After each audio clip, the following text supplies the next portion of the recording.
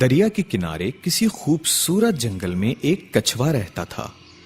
وہ ہر صبح سیر پر جاتا تھا اور ٹھنڈی ٹھنڈی تازی ہوا کا لطف اٹھاتا تھا۔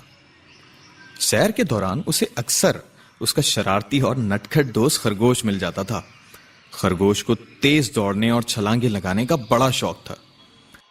کچھوے کی ہلکی رفتار دیکھ کر خرگوش اس کا مذاق اڑاتا تھا۔ تم کتنا آہستہ چلتے ہو، مجھے دیکھو میں کتنا تیز دوڑ سکتا ہوں۔ کچھوا خرگوش کی ان باتوں کا جواب نہیں دیتا تھا۔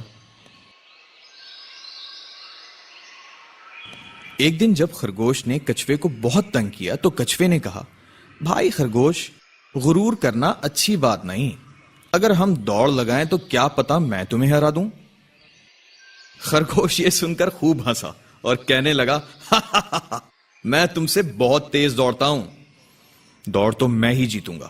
آ جاؤ آج دوڑ لگا ہی لیں۔ ہار جیت کا فیصلہ کرنے کے لیے دونوں نے اپنے دوست چوہے میاں کو بلایا۔ چوہے نے کہا، جو پہلے دریا تک پہنچا وہ جیت جائے گا۔ چلو جی، اب دوڑ شروع ہوئی۔ 1 2 3۔ خرگوش بہت جلد تیز دوڑتا ہوا آگے نکل گیا۔ کچھوا اپنی ہلکی رفتار میں چلتا رہا۔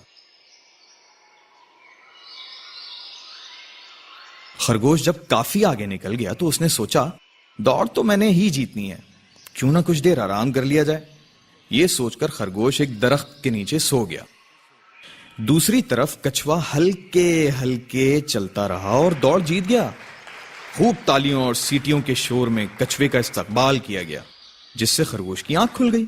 خرگوش جلدی سے بھاگتا ہوا دریا کے کنارے پہنچا، مگر دیر ہو چکی تھی۔ کچھوا دوڑ جیت کر چوہے میاں سے انعام وصول کر رہا تھا۔ خرگوش کو بہت شرمندگی ہوئی۔ اس نے آگے بڑھ کر کچھوے کو جیتنے کی مبارکباد دی اور وعدہ کیا کہ وہ پھر کبھی کسی کا مذاق نہیں اڑائے گا۔ یہ دیکھ کر تمام جانوروں نے دونوں کے لیے تالیاں بجائیں۔